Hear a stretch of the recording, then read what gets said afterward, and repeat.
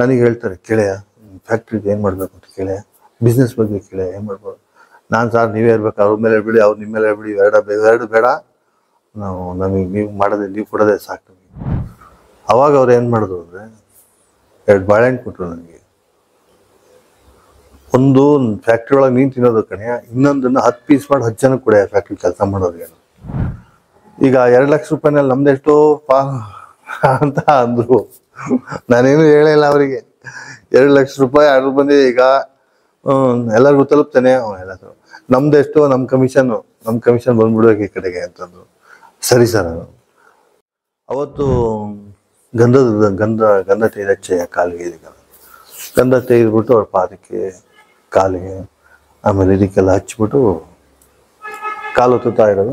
ನನ್ನ ಪ್ರತಿನಿತ್ಯ ನಮ್ದೊಂದಲ್ಲ, ಗುರುನಾಥ ಜೊತೆಗಿದ್ದಂಗೆ. ಯಾಕೆಂದ್ರೆ ನಮ್ಮ ಸ್ನೇಹಿತ ಒಬ್ಬ ಇದ್ದ, ಅವನು ಈ ಪರಾಕಾಯ ಪ್ರವೇಶ ಮಾಡೋದು ಕಲ್ತಿದ್ದ. ಅವನು ಅದನ್ನು ಉಳಿಸ್ಕೊಳ್ಳಿಲ್ಲ ಅಷ್ಟೇ. ಅವನು ಹೆಂಗೆ ಅಂದರೆ ಬೇರೆಯವ್ರು ಇದಕ್ಕೆ ಹೋಗ್ಬಿಟ್ಟು ಅವನದು ಏನು ಕೆಲಸ ಇದೆ ಅದನ್ನು ಸಾಧಿಸ್ಕೊಂಡು ವಾಪಸ್ ಬಂದ್ಬಿಡೋನು.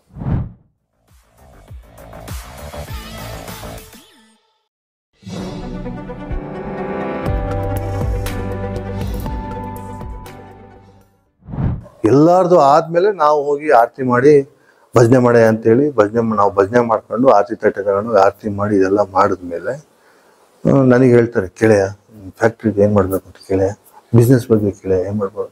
ನಾನು ಸರ್ ನೀವೇ ಇರ್ಬೇಕು, ಅವ್ರ ಮೇಲೆ ಬಿಡಿ, ಅವ್ರು ನಿಮ್ಮ ಮೇಲೆ ಬಿಡಿ, ಎರಡು ಬೇಡ, ನಮಗೆ ನೀವು ಮಾಡೋದೇ, ನೀವು ಕೊಡೋದೇ ಸಾಕು ನಮಗೆ.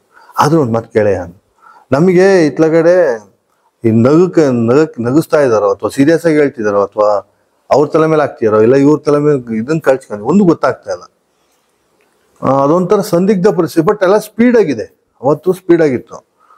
ಆಮೇಲೆ ಒಂದು ಮಾತು ಹೇಳಿ ಸನ್ನಿಧಾನಕ್ಕೆ ಆರತಿ ಮಾಡಿಲ್ಲ, ಹಿಂಗೆ ನಾನು ನಿಂಗೆ ತಳ್ತಾ ಇರು, ಮತ್ತೆ ಹೇಳೆ ಆದ್ರೂ ನಾನು ಹೇಳಿದೆ, ಹಿಂಗೆ ಅಗರಬತ್ತಿ ಮಾಡ್ತಿದ್ದೀನಿ ಗುರುಗಳೇ, ಆಶೀರ್ವಾದ ಇದೆ. ಆಯ್ತು, ಸಂಪೂರ್ಣ ಆಶೀರ್ವಾದ ಇದೆ ಅಂತಂದ್ರು. ಎಲ್ಲ ಆಯ್ತು. ಮತ್ತೆ ಅಕ್ಷತೆ ಇಸ್ಕೊಂಡು ಬಂದ್ವಿ. ಏನಂದ್ರು ನಾನು ಅದಕ್ಕೆ ಆಶೀರ್ವಾದ ಇದೆ. ಆಯ್ತು, ಸನ್ನಿಧಾನದ ಆಶೀರ್ವಾದ ಇದ್ಮೇಲೆ ನಂದೇನೆಯಾ ಅಂತಂದ್ಬಿಟ್ಟು ಗುರುನಾಥ್. ನನಗೆ ಸ್ವಲ್ಪ ಮೈಕೈ ಎಲ್ಲ ಬೆವರಕ್ಕೆ ಶುರುವಾಯಿತು. ಇದೇನು ಹಿಂಗೆ ಅಂದ್ಬಿಟ್ರಲ್ಲ ಅಂತ. ಸರ್ ನನಗೆ ನೀವೇ ಗುರು ಸರ್ ಅಂತಂದ್ಬಿಟ್ಟೆ ಗುರು ಭವನದಿಂದ ಹೊರಗಡೆ. ಏನೇ ಇರ್ಬೋದು ಸರ್, ಸನ್ನಿಧಾನ ಹೇಳಿದ್ಮೇಲೆ ಆಯಿತು ಸರ್ ಅಂತಂದು. ನನಗೆ ಸ್ವಲ್ಪ ಕಸಿವಿಸಿನೂ ಆಯಿತು. ಬಂದ ಮೇಲೆ ಸೀದಾ ಮತ್ತೆ ವಾಪಸ್ಸು ಭಿಕ್ಷಾನ ಮಾಡ್ಕೊಳ್ಳಿಲ್ಲ, ಸೀದಾ ಇದು ಕೊಟ್ಬಿಟ್ವಿ. ನಾವು ಸಕರಾಪಟ್ಟಣ ಬಂದಾಗ ನಾವು ಸುಮಾರು 5:05 ನಾನ್ ಸ್ಟಾಪ್ ಬರ್ತಿದ್ದಂಗೆ ನಾನು ಊರಿಗೆ ಹೊರಡ್ತೀನಿ ಸರ್. ನಾನು ಹೋಗಿ ಬರ್ತೀನಿ ಅಂದಿದ್ದು ತುಂಬ ಕಮ್ಮಿ, ಹೊರಡ್ತೀನಿ ಅಂತ ಹೇಳಿದ್ದೆ ಜಾಸ್ತಿ. ಏನಕ್ಕೆ ಅಂತಂತಂದರೆ ನಂದೊಂದು ಅಭ್ಯಾಸ ಏನು ಅಂದರೆ, ಇನ್ನು ಬಾಕಿ ಯಾರು ಇದ್ದರೆ ಅವರಿಗೆ ಸೇವೆ ಮಾಡೋಕ್ಕೋ ಅಥವಾ ಅವ್ರ ಜೊತೆ ಇರೋದಕ್ಕೋ, ಏನಾರು ಅವ್ರು ಕೇಳೋದಕ್ಕೋ ಮಾಡೋಕ್ಕೋ ಬಂದಿರ್ತಾರೆ, ಅವರಿಗೆಲ್ಲ ಅವಕಾಶ ಮಾಡಿಕೊಡ್ಬೇಕು ಅನ್ನೋದೊಂದು ನಮ್ಮದೊಂದು ಸದ್ಭಾವನೆ.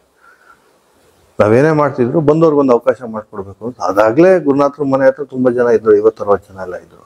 ನಾನೇನು ಮಾಡ್ತೀನಿ ಸರ್, ಫ್ಯಾಕ್ಟ್ರಿಲಿ ಸಣ್ಣ ಪುಟ್ಟ ಕೆಲಸಗಳಿದ್ದಾವೆ, ಆಯಿತು ಹೊರಡುವಂತೆ ಒಂದು 5 ನಿಮಿಷ ಅಂತ 8 ಗಂಟೆ ಮಾಡೋದು. 8 ಗಂಟೆ ಟೈಮಲ್ಲೂ ಕೂಡ ಗುರುನಾಥ್ರಿಗೆ ಕೆಲಸ ಇಷ್ಟ ಇಲ್ಲ. ಆದರೂ ನನಗೆ ಒಂದು ಧೈರ್ಯಕ್ಕೆ ಏನು ಮಾಡಿದ್ರು, ನಾನು ಬೆಳಗ್ಗೆ ತುಂಬ ನನ್ನ ಟೆನ್ಷನ್ ಇತ್ತು, ಬಿಸ್ನೆಸ್ ಟೆನ್ಷನ್ ಅಂದರೆ 10 ಕಡೆ ಕೊಡಬೇಕು ಮಾಡಬೇಕು ಅನ್ನೋದಿತ್ತು. 2 ದಿವಸ ಆಗ್ಬಿಟ್ಟಿತ್ತು ನಾನು ಊರಿಂದ ಹೊರಟು. ಅವಾಗ ಅವ್ರು ಏನು ಮಾಡಿದ್ರು ಅಂದರೆ 2 ಬಾಳೆಹಣ್ಣು ಕೊಟ್ಟರು ನನಗೆ. ಒಂದು ಫ್ಯಾಕ್ಟ್ರಿ ಒಳಗೆ ನೀನು ತಿನ್ನೋದು ಕಣೆ, ಇನ್ನೊಂದನ್ನು 10 ಪೀಸ್ ಮಾಡಿ 10 ಜನಕ್ಕೆ ಕೊಡೆ ಫ್ಯಾಕ್ಟ್ರಿ ಕೆಲಸ ಮಾಡೋರಿಗೆ. ನಾನೇನು ಮಾಡಿದೆ, ಪಾಣಾವ್ರಕ್ಕೆ ಹೋದೆ. ಮಾರನೇ ದಿವಸ ಬೆಳಗ್ಗೆ ನಾನು 7 ಗಂಟೆ 6:30-7 ಗಂಟೆ ಫ್ಯಾಕ್ಟ್ರಿ ಒಳಗೆ ಹೋದಾಗ 8-9 ಗಂಟೆ ಅಷ್ಟೊತ್ತಿಗೆ ಜನ ಸೇರ್ಬಿಡೋರಲ್ಲ, 8-9 ಗಂಟೆ ಅಷ್ಟೊತ್ತಿಗೆ ಎಲ್ಲ ಬಂದರು. ಎಲ್ಲ 10 ಪೀಸ್ ಮಾಡಿ ಅವ್ರಿಗೆ ಕೊಟ್ಟೆ, ನಾನು ತಿಂದೆ. ಅವತ್ತು ಏನು ಅದೃಷ್ಟ ಅಂತಂತಂದರೆ, ನಮಗೆ ಗೊತ್ತಿಲ್ಲದ ಇದು ಏನೋ ಹಿಂದೂಪುರಿಂದ ನನಗೆ ಒಂದು 2 ಲಕ್ಷ ರೂಪಾಯಿನ ಅಗರಬತ್ತಿ ಆರ್ಡ್ರ್ ಬಂತವತ್ತು. ಎಷ್ಟು ದಿವ್ಸಕ್ಕೆ ಕಳಿಸ್ಬೇಕು, ನಮ್ಗೆ ಆರ್ಡ್ರ್ ಫುಲ್ಫಿಲ್ ಮಾಡಬೇಕು, ನನಗೆ 5 ದಿವಸ ಟೈಮ್ ಕೊಟ್ಟಿದ್ರು ಅವರು. ನಾವು ಮಾಡಿದ್ದು ಗುರುಶ್ರೀ ಬ್ರ್ಯಾಂಡ್, ಯೋಗಿ ಬ್ರ್ಯಾಂಡು. 2 ಲಕ್ಷ ರೂಪಾಯಿಂದು ಅಂದರೆ ಹೆಚ್ಚು ಕಡಿಮೆ ನನ್ನ ಹತ್ರ ಏನು ಸಂಪನ್ಮೂಲ ಇದೆ ಅದು 3 ಪಟ್ಟು ನಾನು ಪ್ರೊಡಕ್ಷನ್ ಮಾಡಬೇಕು, ಎಲ್ಲದನ್ನು ರೆಡಿ ಮಾಡ್ಕೊಂಡು ಮಾಡಬೇಕು. ಆ ಥರ ಆರ್ಡ್ರ್ ಬಂತು. ಬಾಳೆಹಣ್ಣು ತಿನ್ನು ಅಂತ ಅಂದಿದ್ದು ಏನಕ್ಕೆ ಅಂತ ಅವಾಗ ಅರ್ಥವಾಯ್ತು, ಯಾವುದೋ ಒಂದು ಒಳ್ಳೇದಕ್ಕೆ ಇರ್ಬೋದು ಗುರುನಾಥರು. ಆ 2 ಲಕ್ಷ ರೂಪಾಯಿನ ಫುಲ್ಫಿಲ್ ಮಾಡೋದಕ್ಕೆ 4-5 ದಿವಸ ತುಂಬ ಶ್ರಮ ವಹಿಸಿ ಎಲ್ಲ ಮಾಡಿ ಅದನ್ನು ಫುಲ್ಫಿಲ್ ಮಾಡಿದ್ವಿ. ಎಲ್ಲ ಮಾಡಾಯ್ತು. ಎಲ್ಲ ಆದಮೇಲೆ ಮತ್ತೆ ಗುರುನಾಥರು ಆ ಕಡೆಯಿಂದ ಕರೆ ಬಂತು. ನಮ್ಮ ಶೆಟ್ರು ಮನೆಗೆ ಲ್ಯಾಂಡ್ಲೈನ್ ಇತ್ತು. ಕರೆ ಬಂತು, 1 ಗಂಟೆ ಮಟ್ಟಿಗೆ ಬಂದು ಹೋಗ್ಬೇಕಂತ ಹೇಳಿ 1 ಗಂಟೆ ಮಟ್ಟಿಗೆ ಅದಕ್ಕೆ ಹಿಂಗೆ ಫೋನ್ ಮಾಡಿದ್ರು ಅಂತೇಳಿ ಆಂಟಿ ಹೇಳಿದ್ರು. ಅದಕ್ಕೆ ಆಯಿತು ಅಂತ ನಾನೇನು ಮಾಡಿದೆ, ಆಫ್ಟರ್ 9 o'clock ಅಂದರೆ ರಾತ್ರಿ ನಮ್ಮದು ಸಾಯಂಕಾಲ 6ರಿಂದ 9 ತನಕ ಕಲೆಕ್ಷನ್ ಬಾಣವರ ಸಿಗರೆ ಕಲೆಕ್ಷನ್ ಮುಗಿಸ್ಕೊಂಡು 9 ಕಾಲಿಗೆ ಬಸ್ ಹತ್ತಿದೆ. 9 ಗಂಟೆಗೆ ಬಸ್ ಹತ್ತಿ ಹೆಚ್ಚು ಕಡಿಮೆ 11 ಗಂಟೆ ಅಷ್ಟೊತ್ತಿಗೆ ಸಗರಬಂಡಕ್ಕೆ ಹೋದ್ರೆ ಮುಂದ್ಗಡೆ ಮೆಟ್ಲಲ್ಲೇ ಕೂತಿದ್ರು. ಇದೇನು ಇಷ್ಟೊಂದು ಲೇಟ್ ಸವಾರಿ ಬಂದಿದ್ದು ಅಂತಂದು, ಅದೇ ಬರಬೇಕು ಅಂತ ಹೇಳಿ ಕಳಿಸಿದ್ರು. ಅಲ್ಲ, ನಾನು ಹೇಳಿ ಕಳಿಸ್ದೆ. ಆಯ್ತು ಬನ್ನಿ ಇರಲಿ, ಊಟ ಆಯ್ತಾ ಅಂತ ನಾನು ಮಾಡಬೇಕು ಅಂತ. ಸರಿ, ಒಳಗಡೆ ಊಟ ಮಾಡೋದು. ಒಳಗಡೆ ಬಂದೆ, ಪಾತ್ಗೆ ನಮಸ್ಕಾರ ಮಾಡಿ ಊಟ ಎಲ್ಲ ಮಾಡಾಯ್ತು. ಊಟ ಎಲ್ಲ ಮಾಡಿದ್ಮೇಲೆ ಈಗ 2 ಲಕ್ಷ ರೂಪಾಯಿನಲ್ಲಿ ನಮ್ದೆಷ್ಟೋ ಅಂತ ಅಂದರು. ನಾನೇನು ಹೇಳಿಲ್ಲ ಅವರಿಗೆ. 2 ಲಕ್ಷ ರೂಪಾಯಿ ಆರ್ಡ್ರ್ ಬಂದಿದೆ. ಈಗ ಎಲ್ಲರಿಗೂ ತಲುಪ್ತಾನೆ ಎಲ್ಲರೂ. ನಮ್ದೆಷ್ಟೋ ನಮ್ಮ ಕಮಿಷನ್ ಬಂದ್ಬಿಡ್ಬೇಕು ಈ ಕಡೆಗೆ ಅಂತಂದ್ರು. ಸರಿ ಸರ್, ಯಾವುದು ಅಮೌಂಟ್ ಬಂದಿರಲಿಲ್ಲ. ಅಂದರೆ ಆರ್ಡ್ರ್ ಫೀಡ್ ಮಾಡಿದ್ವಿ, ಅಮೌಂಟ್ ಬಂದಿರಲಿಲ್ಲ. ಬಾಕಿ ಅಂತ ದುಡ್ಡು ಬೇಡ ಜಾಬಲ್ಲಿ ಇರೋದು. ಆಮೇಲೆ ಆಯ್ತು, ಒಳಗಡೆ ಚಾಪೆ ಹಾಕಯ್ಯ 1 ಅರ್ಧ ಗಂಟೆ, ಇವತ್ತು ಇರ್ಬೋದಲ್ಲ ನನಗೋಸ್ಕರ, ಇವತ್ತು ಇರ್ಬೋದಲ್ಲ ಅಂತ. ಹ್ಞೂ ಸರ್ ಅಂತ ಚಾಪೆ ಹಾಕಿ ನಾನು ಮಲ್ಕೋಬೇಕು ಕಣೆ, ತುಂಬ ಸುಸ್ತಾಗಿದೆ ಇವತ್ತು. ಸರಿ ಅಂತೇಳಿ 11:30, 11:45, 12 ಗಂಟೆ ಇವೆಲ್ಲ ಮಾತಾಡಿ ನಗಿಸಿ ಎಲ್ಲ ಮಾಡಿದ್ರು. ಮಲ್ಕೋಬೇಕಾದ್ರೆ ಸಾಮಾನ್ಯವಾಗಿ ನಂಜನ್ ಕೊಡ್ತಾ, ಅವ್ರೇನು ಹೇಳ್ತಾರೆ, ನಂಜನ್ ಕೊಡ್ತೇಕೊಂಬರೆ ಅನ್ನೋರು, ಗಂಧ ತೆಗೆದಚ್ಚು ಅನ್ನೋರು, ಇಲ್ಲಾಂದರೆ ವೀಳ್ಯದೆಲೆ ಬಿಸಿ ಮಾಡಿ ಹಚ್ಬೇಕಾಗಿತ್ತು. ಅವ್ರು ಏನು ಹೇಳ್ತಾರೋ ಅದನ್ನು ಮಾಡಿ. ಅವತ್ತು ಗಂಧ ತೆಗೆದಚ್ಚಯ್ಯ ಕಾಲಿಗೆ, ಇದಕ್ಕೆಲ್ಲ ಗಂಧ ತೆಗೆದ್ಬಿಟ್ಟು ಅವ್ರ ಪಾದಕ್ಕೆ, ಕಾಲಿಗೆ, ಆಮೇಲೆ ಇದಕ್ಕೆಲ್ಲ ಹಚ್ಬಿಟ್ಟು ಕಾಲು ಹೊತ್ತುತ್ತಾ ಇರೋದು. ನನ್ನ ಪ್ರತಿನಿತ್ಯ ನಮ್ದೊಂದಲ್ಲ, ಗುರುನಾಥ ಜೊತೆಗಿದ್ದಂಗೆ. ಅವತ್ತು ರಾತ್ರಿ ಏನಾಗ್ಬಿಡ್ತು ಅಂತಂತಂದ್ರೆ, ಹಿಂಗೆ ಪಾದ ಹೊತ್ತುತ್ತಾ ತುಂಬ ಬಿಸಿಯಾಗ್ಬಿಡ್ತು. ನಾವು ಮಾಮೂಲಿ ಅಂತೆ ಬಿಸಿಯಾಗಿರೋದಕ್ಕೂ ನಾನು ಅವತ್ತು ಪಾದ ಹೊತ್ತಬೇಕಾದ್ರೆ ಇದ್ದಂಥ ಕಾವು ವ್ಯತ್ಯಾಸ ಇತ್ತು. ಆಮೇಲೆ ನಮ್ಮ ಪಾದ ಎಲ್ಲ ನೋಡಿ ಮೀನು ಕಂಡ ಎಲ್ಲ ಒತ್ತರೆ ಸ್ಮೂತಾಗಿರುತ್ತೆ. ಅವ್ರು ರಾತ್ರಿ ಮಲ್ಕೊಂಡಾಗ ಮೀನು ಕಂಡ ಕಬ್ಬಿಣದಂಗೆ ಆಗ್ಬಿಡೋದು. ಗಂಧ ಹಚ್ಚಿ ಕಬ್ಬಿಣ ನಾರ ಸ್ವಲ್ಪ ಇದಾಗುತ್ತೆ, ಅಷ್ಟು ಗಟ್ಟಿ ಆಗ್ಬಿಡೋದು. ಒತ್ತಿದ್ರೂ ಹಿಂಗೆ ಪ್ರೆಸ್ ಆಗ್ತಿರಲಿಲ್ಲ, ಆ ಮಟ್ಟಕ್ಕೆ ಗಟ್ಟಿ ಆಗೋದು. ಇದು ಯಾಕೆ ಹಿಂಗೆ ಆಗೋದು ಅಂತೇಳಿ ಸ್ವಲ್ಪ ನಾವು ಪರಾಮರ್ಶೆ ಮಾಡಿದಾಗ ಅವರು ನೆಪ ಮಾತ್ರಕ್ಕೆ ಮಲಗ್ತಿದ್ರು. ಬಟ್ ಅವ್ರು ಬೇರೆ ಕಡೆ ಯಾರಿಗಾರೋ ಕಷ್ಟ ಸಮಸ್ಯೆ ಅಂತ ಇದ್ದವ್ರಿಗೆ ಪರೋಕ್ಷವಾಗಿ ಸೂಕ್ಷ್ಮ ಶರೀರಯಾನ ಮಾಡಿ ಅವರಿಗೆ ಅಲ್ಲಿ ಒಳ್ಳೇದು ಮಾಡೋದಾಗಲಿ, ಅಥವಾ ಅವರಿಗೆ ಪೂರಕವಾದ ವಾತಾವರಣ ನಿರ್ಮಾಣ ಮಾಡೋದಾಗಲಿ, ಅಥವಾ ಇನ್ನೇನೋ ಬೇರೆ ಥರ ರೂಪಧರಿಸಿ ಅವರಿಗೆ ಸಹಾಯ ಮಾಡೋದಾಗಲಿ, ಆ ಥರ ಮಾಡ್ತಾರೆ ಅವಧೂತರುಗಳೆಲ್ಲ ಇದೇ ಥರ ಅಂತೇಳಿ ನಮಗೆ ಕ್ರಮೇಣ ಗೊತ್ತಾಗ್ತಾ ಹೋಯ್ತು.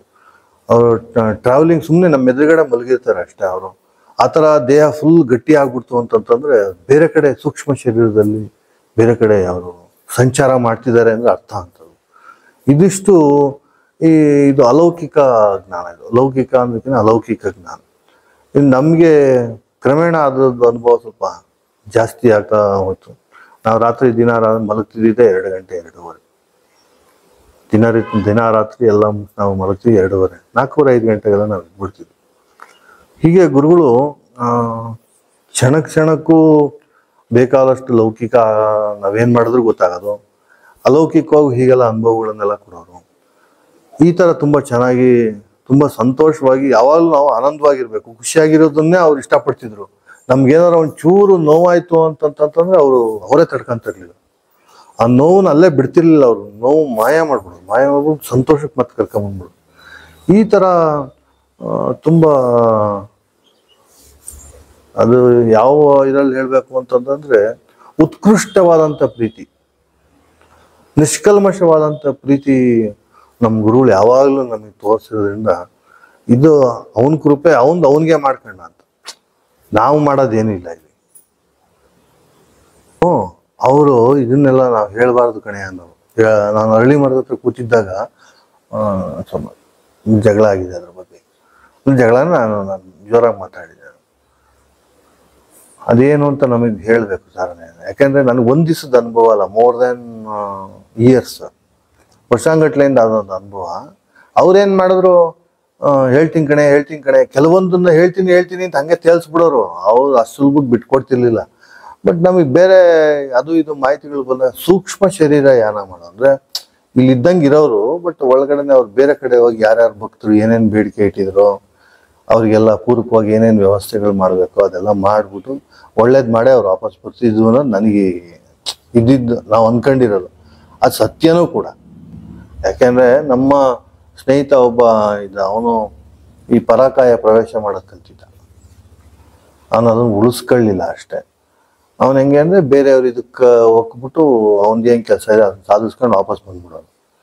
ಆ ಥರ ಇವರು ಪರಾಕಾಯ ಪ್ರವೇಶ ಮಾಡೋರು. ಬಟ್ ಅದೆಲ್ಲ ಸೂಕ್ಷ್ಮ ವಿದ್ಯೆಗಳು, ಆಮೇಲೆ ಅವೆಲ್ಲ ರಹಸ್ಯಗಳು. ಅಷ್ಟು ಸುಲಭಕ್ಕೆ ಎಲ್ಲದನ್ನು ಗುರುನಾಥ ಎಲ್ಲರಿಗೂ ಬಿಟ್ಕೊಟ್ಟಿಲ್ಲ. ನಾವು ಕೇಳಿದ್ದೀನಿ, ಬೇಕಾದಷ್ಟು ಕೇಳಿದ್ದೀನಿ. ವ್ಯಾಪಾರ ವ್ಯವಹಾರ ಮಾಡಿಸ್ದಾಲೆ ನಮ್ಮನ್ನ ಸೈಕಲ್ ಓಡಿಸಿರೋರು ಇನ್ನು ಇಂಥ ವಿಷಯ ಬಿಡ್ತಾರ. 2 ಲಕ್ಷ ರೂಪಾಯಿ ನಮಗೆ ಕಮಿಷನ್ ಬಂದ್ಬಿಡ್ಬೇಕು ಅಂತಂದ್ರು.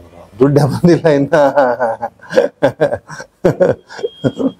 ಕಮಿಷನ್ ಅಂದ್ರೆ ಇನ್ನೇನಿಲ್ಲ, ಇಲ್ಲಿ ಯಾರಿಗಾರ ಒಂದು 25 ದೋಸೆ ತಂದ್ಕೊಟ್ಬಿಟ್ರೆ ಆಯ್ತು, ಅದೇ ಕಮಿಷನ್ ಅವರಿಗೆ.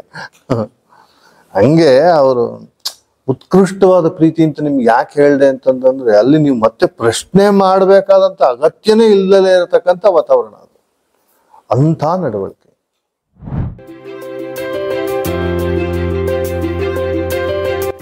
ದಯಮಾಡಿ ಲೈಕ್ ಮಾಡಿ, ಶೇರ್ ಮಾಡಿ, ಸಬ್ಸ್ಕ್ರೈಬ್ ಮಾಡಿ, ಮರೆಯದೆ ಬೆಲ್ ಬಟನ್ ಒತ್ತಿ.